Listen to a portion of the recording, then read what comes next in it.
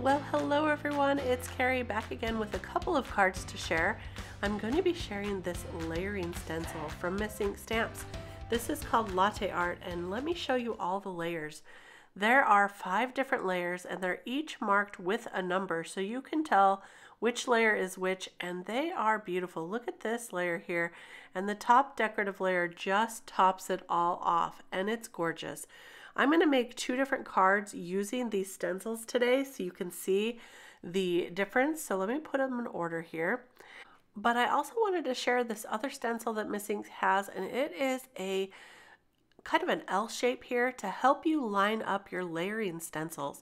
So if you don't have a system that you use already, this is a really great way to line those up. So I typed that L-shaped stencil down, and now I'm going to put my cardstock down. I'm starting with some Desert Storm cardstock here. That is kind of a craft colored cardstock.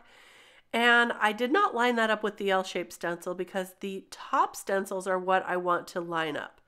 Now to make sure that stays in place, I'm just going to tape that right there to that stencil. And this is going to help me make sure each layer is lined up the exact same every time so I don't have to eyeball it.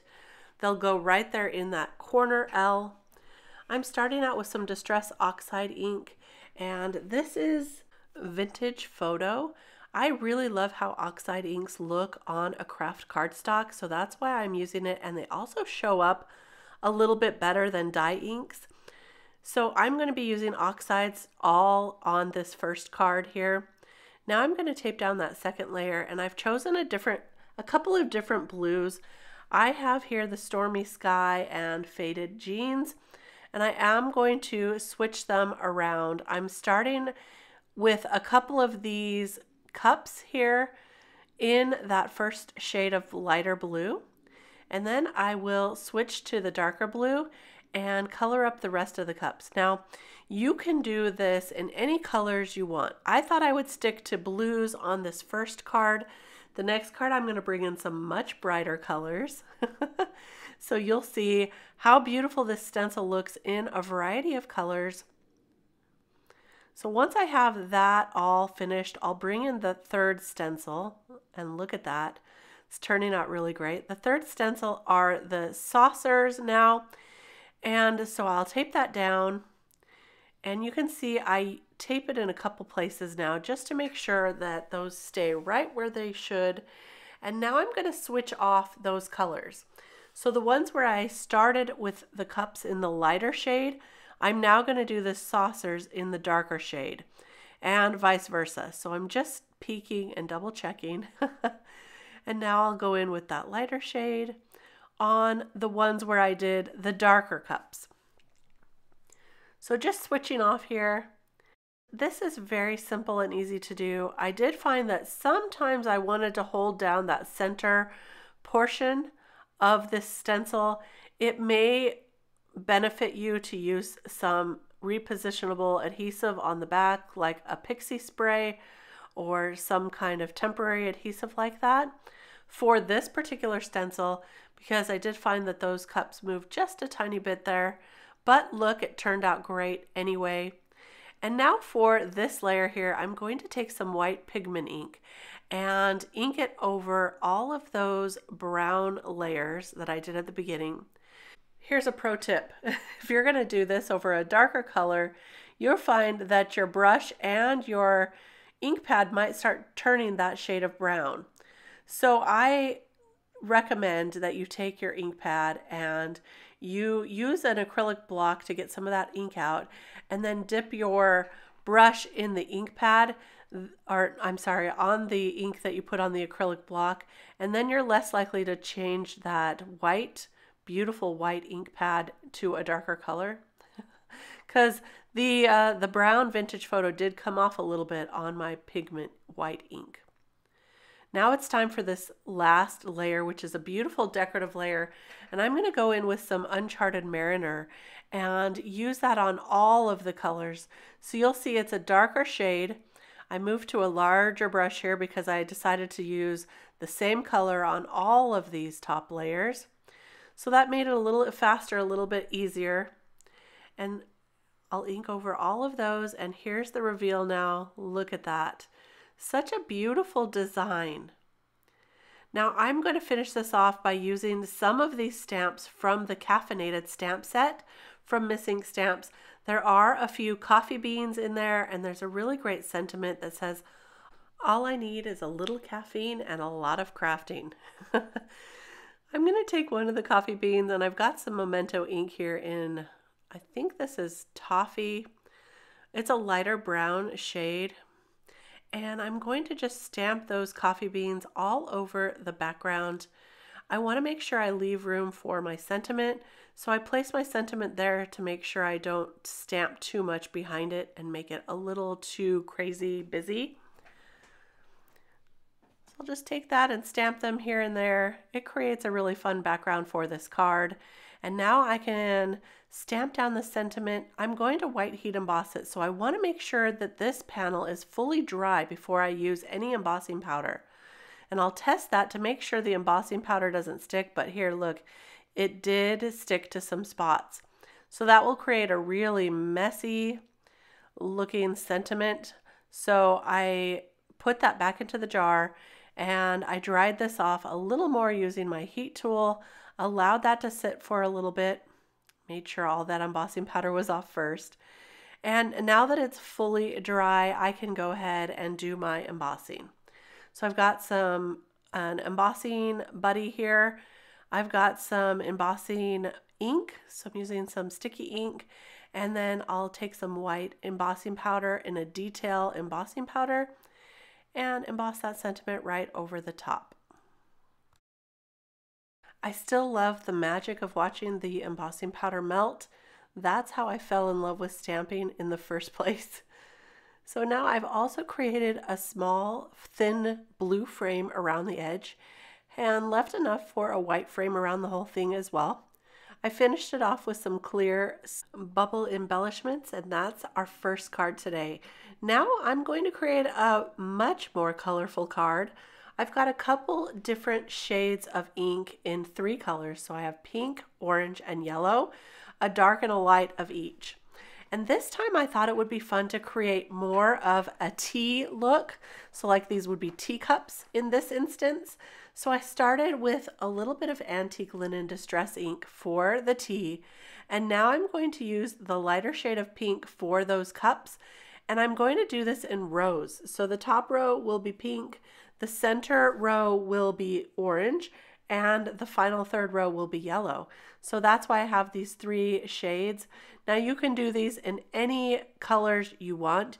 You can alternate them, you can diagonally color them diagonally, whatever you want to do. I just thought it would be fun in rows. Now I did get a little bit of orange in the bottom yellow layer there, so I'm going to just bring a little more of that orange ink down. So I picked a little bit up and brought it down.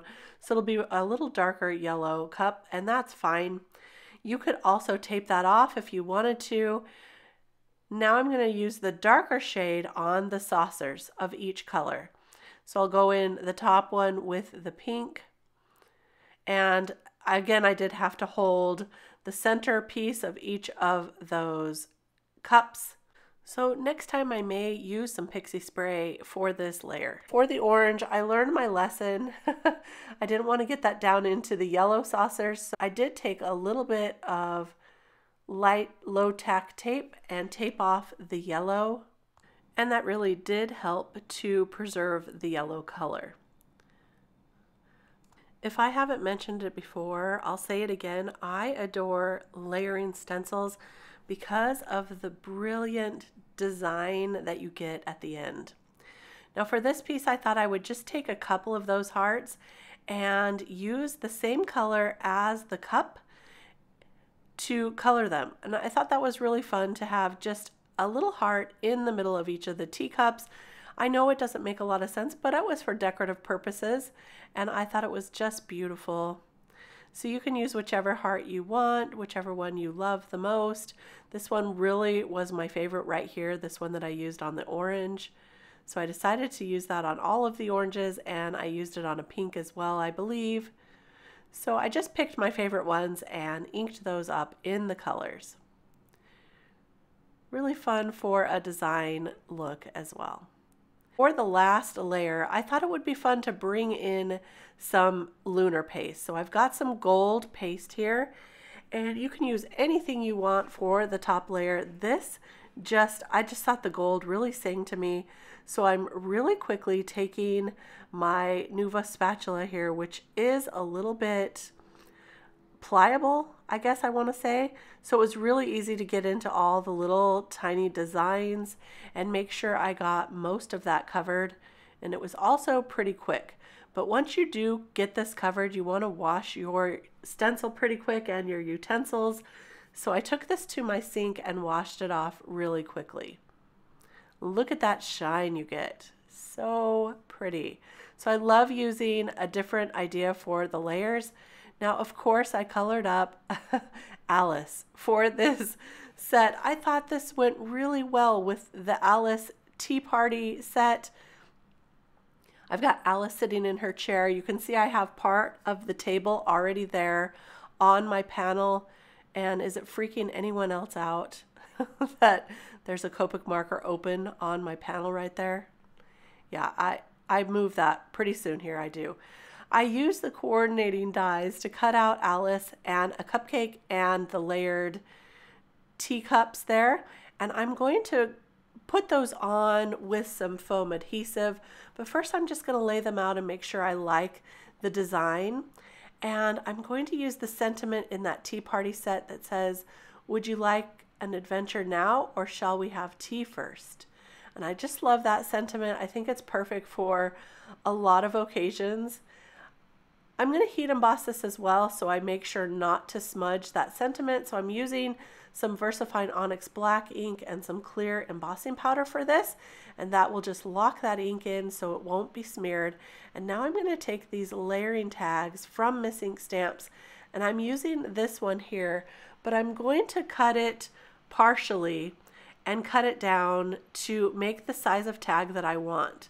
So you can see that it's a little long here, but I'm going to take the end here, reposition it on that tag, and cut off that end. So make sure to line that up. I'll tape that down, run just that part through the die cutting machine, and it'll cut that end off so it'll make a shorter tag just perfect to fit my card.